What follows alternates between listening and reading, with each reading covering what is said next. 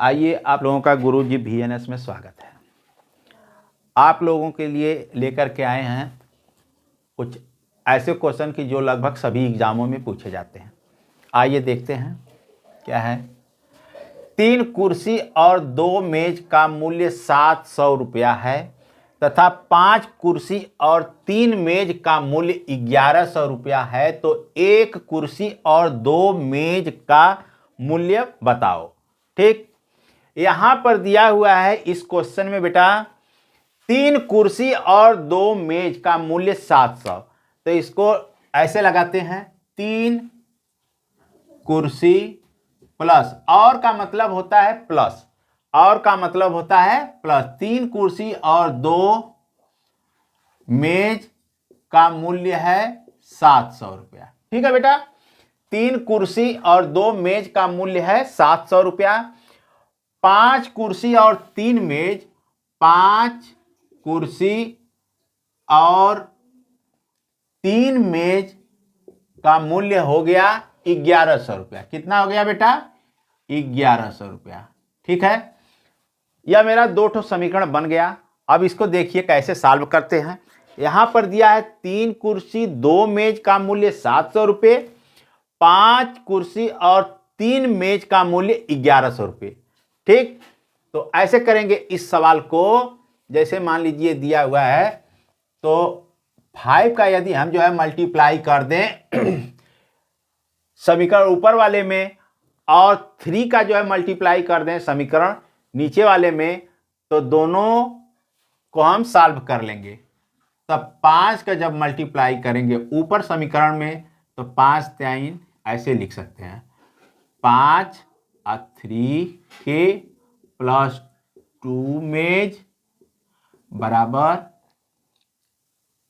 5 जोड़ते, ये हो गया 5 3 15, 15 कुर्सी प्लस 5 दूना के 10 मेज हो गया बराबर 7 5 35, ये हो गया। और समीकरण 2 में हम जो है 3 से मल्टीप्लाई करते हैं, तो 3 5 15 कुर्सी प्लस 3 3 के 9 मेज बराबर 11 3 3300 रुपया, ये हो गया। हम इसको समीकरण 1 में से समीकरण 2 को घटा देते हैं, तो बच गया 1 मेज का दाम जो है 200 रुपया। 1 मेज का दाम आ गया 200 रुपया। क्या पूछ रहा है? 2 मेज, और कुर्सी का निकालना होगा, तो मेज का दाम इसमें लिख देंगे, तो यानी कि 400, 3 कुर्सी प्लस 2 इंटू 200 इक्वल टू 7, 3 कुर्सी इक्वल टू 400, और 700 में से जो है 400 को हम माइनस कर देंगे तो हो जाएगा 300, यानी 1 कुर्सी का दाम आ गया 100 रुपये। कितना आ गया बेटा? 100 रुपये। ठीक, और सवाल में पूछ रहा है 1 कुर्सी और 2 मेज का। 1 कुर्सी का दाम आ गया 100 रुपये और 1 मेज का दाम आ गया 200 रुपये, तो 1 कुर्सी प्लस 2 मेज का दाम पूछ रहा है, तो 1 कुर्सी का दाम 100 रुपये हो गया, प्लस 2 मेज का दाम हो जाएगा, 1 मेज का 200 आया है, तो 2 मेज का हो जाएगा 400 रुपये। कितना हो जाएगा बेटा? 400 रुपये, आ गया 500 रुपये। यानी कि 1 कुर्सी और 2 मेज का दाम आ गया 500 रुपये। कितना आ गया बेटा? 500। देखिए बहुत आसान क्वेश्चन था। 3 कुर्सी 2 मेज का मूल्य 700 रुपये और 5 कुर्सी और 3 मेज का मूल्य 1100 रुपये था। तो इससे हम जो है 2 समीकरण बना लिए। क्या किए बेटा? 2 समीकरण मान लेते हैं। ये समीकरण नंबर 1, समीकरण नंबर 2 हो गया।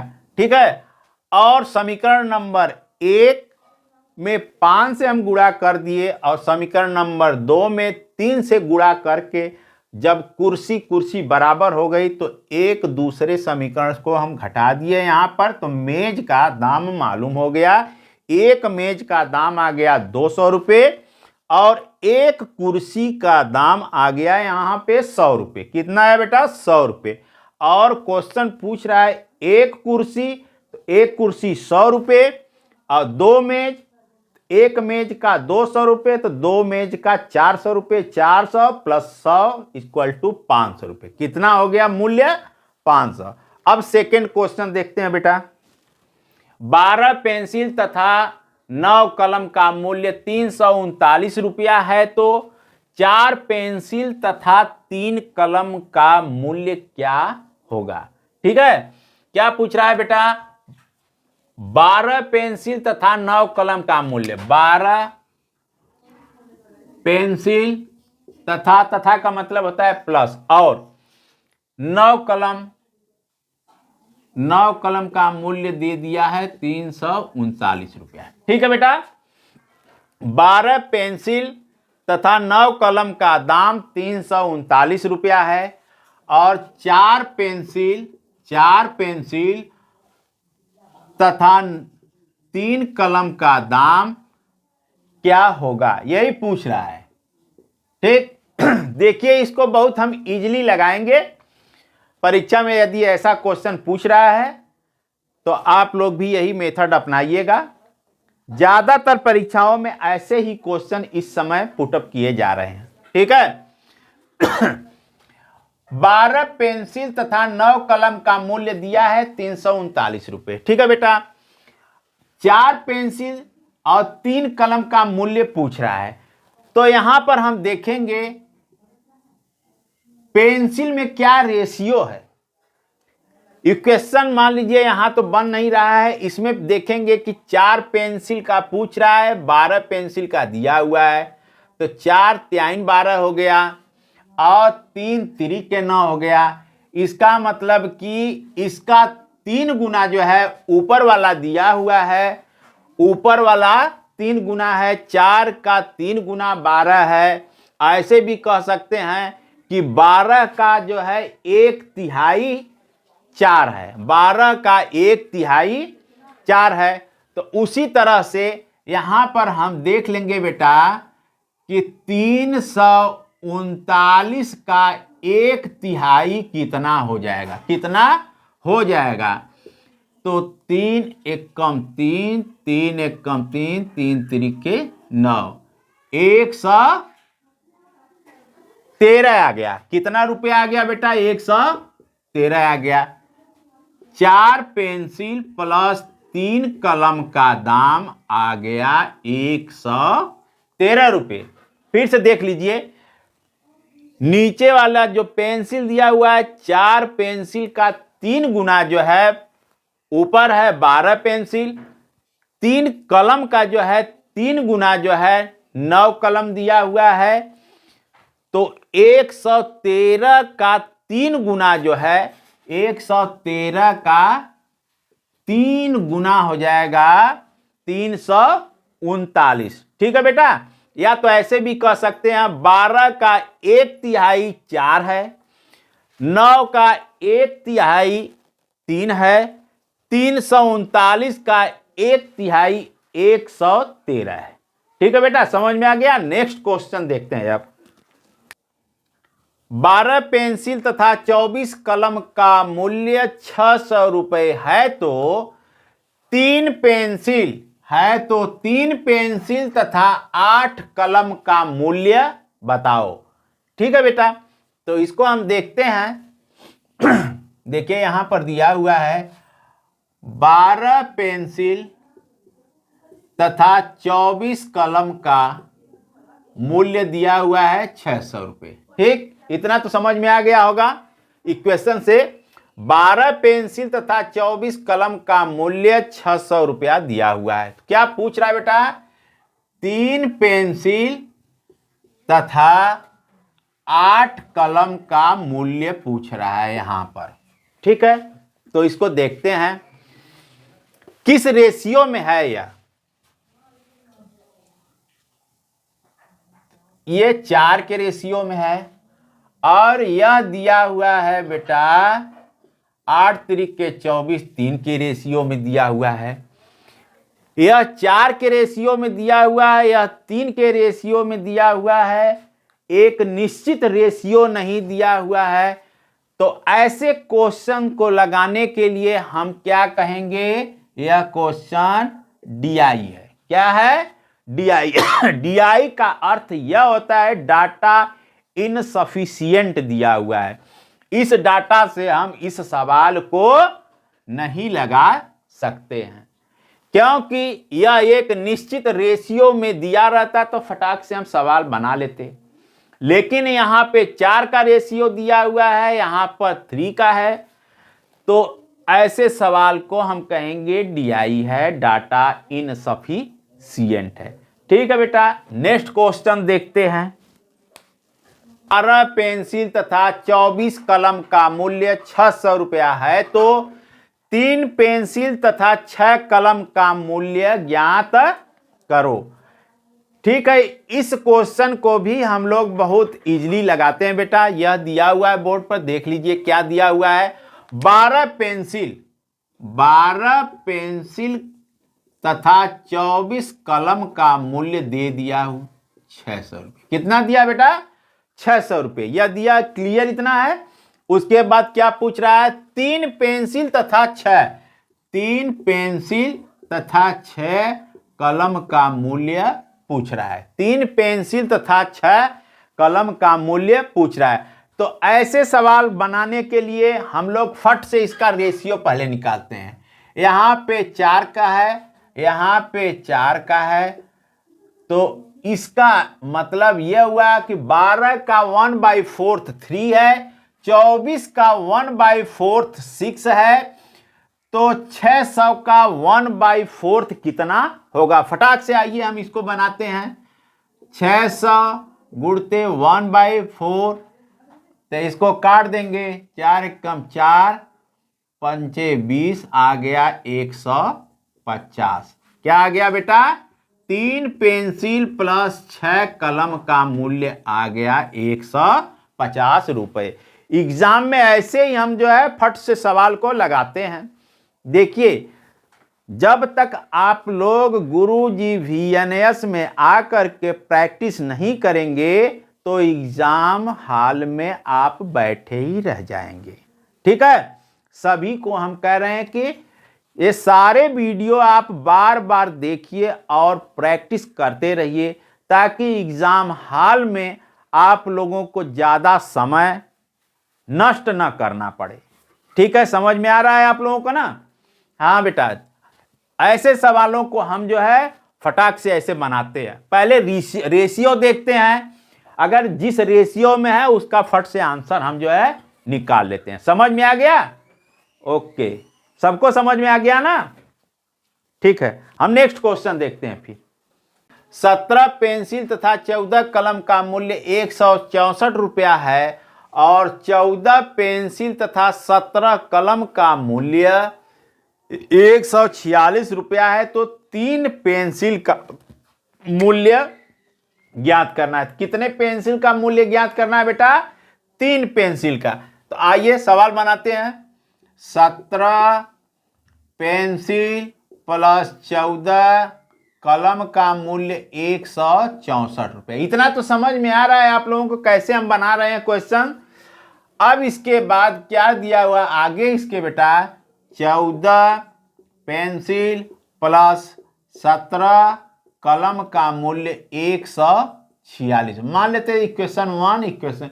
देखिए, एग्जाम हॉल में ऐसे नहीं लगाएंगे शार्ट, ये इक्वेशन 1 इक्वेशन 2 ये सब नहीं लिखेंगे। अब देखिए बेटा, यहां पर क्या दिया हुआ है। अगर हम जो है देखिए 17 पेंसिल यहां पर दिया है, यहां पे 17 कलम है और 14 पेंसिल और यहाँ पे 14 कलम, बड़ा उल्टा पुल्टा है। अगर वैसे मल्टीप्लाई करके लगाते हैं तब इसको सॉल्व करने में बड़ा लंबा डिजिट आ जाएगी। क्या हो जाएगा? लंबी डिजिट आ जाएगी। तो ऐसे नहीं करेंगे। तो आते हैं फट से बनाते हैं। क्या एक बार जोड़ देते हैं, एक बार घटा करके 2 ठो नया इक्वेशन बना लेते हैं। परीक्षा हाल में ऐसे ही करेंगे, जोड़ देते हैं।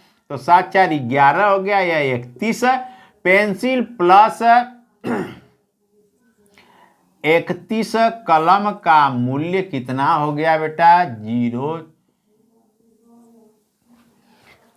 31 यदि हम कॉमन ले लेते हैं तो हो जाएगा पेंसिल प्लस कलम का मूल्य हो गया 10। एक पेंसिल और एक कलम का मूल्य आ गया 10 रुपये। अब घटा करके क्वेश्चन बनाते हैं बेटा। तो यह हो गया 3 पेंसिल माइनस 3 कलम का मूल्य 18 हो गया। 3 अगर कॉमन ले लिए, पेंसिल माइनस 1 कलम का मूल्य आ गया 6 रुपये। ठीक, यहां पे इक्वेशन 4 मान लेते हैं। अब इक्वेशन 3 लिख देते हैं बेटा। पेंसिल प्लस कलम बराबर 10 आ गया था। अब सीधा सा जोड़ देते हैं तो 2 पेंसिल बराबर हो गया 16। तो एक पेंसिल का दाम आ गया 8 रुपये। जब एक पेंसिल का दाम आ गया 8 रुपये तो एक कलम का कितना मूल्य हो जाएगा बेटा? 2 रुपये आ जाएगा। यहां पर इस इक्वेशन में हम उसका जो है वैल्यू रख देते हैं। एक पेंसिल का तो देखिए, एक पेंसिल का 8 रुपये अगर हम रख दिए तो यह 6 इस तरफ आ जाएगा। तो 8 माइनस 6 इक्वल टू 2 हो गया। और कलम को उस तरफ भेज दिए तो एक कलम का मूल्य आ गया 2 रुपये। सीधे से ऐसे ही क्वेश्चन बनाएंगे, न कि उतना जो है कैलकुलेशन करेंगे। ठीक है बेटा, परीक्षा हाल में ऐसे क्वेश्चन को देख करके आप घबरा नहीं जाएंगे। पहले देखेंगे हर एग्जाम में ऐसे क्वेश्चन पूछे जाते हैं कि जो बच्चा अगर शॉर्ट कट मेथड लगाता है तो वो सफल हो जाता है। अगर सीधा सीधा फंडा लगाएगा तो वे कैलकुलेशन में उलझता हुआ जाएगा। उसका 2 से 3 से 4 मिनट ऐसे ही बर्बाद हो जाएंगे। तो हम आप लोगों से बार बार कह रहे हैं कि ऐसे क्वेश्चन का आप पहले से प्रैक्टिस करके रखिए। ठीक है, नेक्स्ट क्वेश्चन देखते हैं। नहीं, यहां पर दिया था एक पेंसिल और एक कलम का दाम, और पूछ क्या रहा है? 3 पेंसिल का। 3 पेंसिल का, एक पेंसिल का 8 रुपये है तो 3 पेंसिल का मूल्य कितना हो जाएगा? 24 रुपये, 24 रुपये हो जाएगा। 3 पेंसिल का ही मूल्य पूछ रहा है। एक पेंसिल का मूल्य 8 रुपये तो 3 पेंसिल का मूल्य 24 रुपये। ठीक है, नेक्स्ट क्वेश्चन देखते हैं बेटा। 2 संख्याएं हैं जिसमें पहली संख्या को 2 बार तथा दूसरी संख्या को 3 बार जोड़ा जाए तो योग 100 प्राप्त होता है। योग कितना प्राप्त होता है बेटा? यहां पर 100 प्राप्त होता है। यदि दूसरी संख्या को 2 बार तथा पहली संख्या को 3 बार जोड़ा जाता है तो योग 120 प्राप्त होता है। तो पहली संख्या ज्ञात करना है। कौन सी संख्या ज्ञात करना है बेटा? पहली संख्या को हमें ज्ञात करना है। ठीक है, माना कि जो है ऐसे सवाल को हम कैसे लगाते, देखिए पहली संख्या x, पहली संख्या को मान लिया मैंने, यहां पर लिख देते हैं माना। परीक्षा हाल में ये सब नहीं करेंगे, बस सिर्फ आप लोगों को समझने के लिए मैं ये बता रहा हूं। पहली संख्या x और दूसरी संख्या क्या हो गई बेटा? दूसरी संख्या जो है y है। अब क्या करते हैं? दिया हुआ है पहली संख्या को 2 बार, यानी कि x प्लस x, 2 बार तो यही हुआ, x प्लस x 2x हुआ। क्या हुआ? 2x हुआ। फिर क्या कह रहा? 2 बार तथा दूसरी संख्या को 3 बार जोड़ा जाए, y प्लस y, यानी 3 बार हम जोड़ते हैं तो 3y हो गया। कितने y हो गया? 3y हो गया। यहां पर 3y हो गया, इनका योग कितना हो गया बेटा 100, कितना दिया है 100 हो गया। चलिए इसको हम 100 कर देते, ये मान लेते मेरा इक्वेशन एक रेडी हो गया। ठीक, और दूसरा क्या कह रहा है, यदि दूसरी संख्या को दो बार, दूसरी संख्या को दो बार, तो 2y हो गया, y प्लस वाई, दो बार पहली संख्या को तीन बार, तो x plus x plus x, तीन बार हो गया ना बेटा, x plus x plus x, 3x हो गया, कितना हो गया 3x, तो इसका योग हो जा रहा है 120 प्राप्त होता है। तो पहली संख्या ज्ञात करना है, इसका मतलब कि x की वैल्यू हमें निकालना है। तो देखिए देखिए बेटा कैसे करते हैं, यहां पे 2x प्लस 3y है, यहां पे 3x प्लस 2y है, इसमें घबराने की कोई बात नहीं है। इस समीकरण को क्या करते हैं, या तो देखिए दो विधि है, एक बार जोड़ देते हैं और दूसरी बार क्या करते हैं घटा देते हैं, तो जो समीकरण आएगा उसको हम सॉल्व कर लेते हैं। या तो फिर सेकेंड मेथड क्या है, फर्स्ट इक्वेशन में हम 3 से मल्टीप्लाई कर दें और सेकेंड इक्वेशन को हम जो है 2 से मल्टीप्लाई कर दें। चलिए छोटा ही है, मल्टीप्लाई वाला ही देख लेते हैं, 3 से इसमें कर देंगे तो यह हो जाएगा 6x plus 9y equal to 300 आ गया, और इसमें जो है 2 से कर देते हैं तो 6x plus 4y equal to 240 हो गया। अब क्या करेंगे बेटा, घटा देंगे, क्या करेंगे घटा देंगे, ये कट गया, यहां पे बच गया 5y इक्वल टू 60, तो y इक्वल टू कितना हो गया बेटा 12 आ गया, कितना आ गया 12। अब जो है हमें निकालना है x की वैल्यू, किसकी वैल्यू निकालना है, x की वैल्यू, y की वैल्यू 12 आ गया। चलो इक्वेशन 1 में रखते हैं, तो 2x प्लस 12 36 बराबर 100 हो गया, तो 2x बराबर 36 इसमें से घटा देंगे तो कितना हो गया बेटा 64 हो गया, और x बराबर कितना हो गया 32 दूना 64 होता है, x की वैल्यू कितना आ गई 32 आ गई। समझ में आ गया कि नहीं सबको? देखिए कैसे लगाए थे, मान लिए थे पहली संख्या x और दूसरी संख्या y, यहां पे पूछ रहा है पहली संख्या की वैल्यू, ठीक है। तो कह रहा था पहली संख्या को 2 बार जोड़ा गया और दूसरी संख्या को 3 बार, तो हम लिख दिए 2x plus 3y equal to योग कितना बता रहा है बेटा 100, तो मैंने इसको जो है इक्वल टू 100 कर दिया। और इसके आगे क्या कर रहा है, दूसरी संख्या को 2 बार, तो दूसरी संख्या को 2 बार मैंने जोड़ दिया तो 2y हो गया, और पहली संख्या को 3 बार तो 3x यह हो गया, x plus x plus x 3x equal to कितना कह रहा है 120। तो हमने बताया दो मेथड, या तो इसको पहले एक बार जोड़ दीजिए वह नया इक्वेशन बनेगा, फिर घटा देंगे, उसी दोनों इक्वेशन से हम सॉल्व कर लेंगे। और दूसरा मेथड क्या है, मल्टीप्लाई करके, फर्स्ट इक्वेशन में 3 का मल्टीप्लाई कर दिए, सेकेंड इक्वेशन में 2 का मल्टीप्लाई करके हमने सॉल्व कर दिया, तो x की वैल्यू कितना आ गई 32 और y की वैल्यू आ गई 12। अब देखिए इसको हम कैसे जानेंगे कि मेरा सही है कि गलत है, अब इसमें रख दीजिए 32 दूना 64 हो गया 64 और 12 36, 64 और 36 कितना होता है बेटा 100 आ गया 100, ये मेरा इक्वेशन सही था।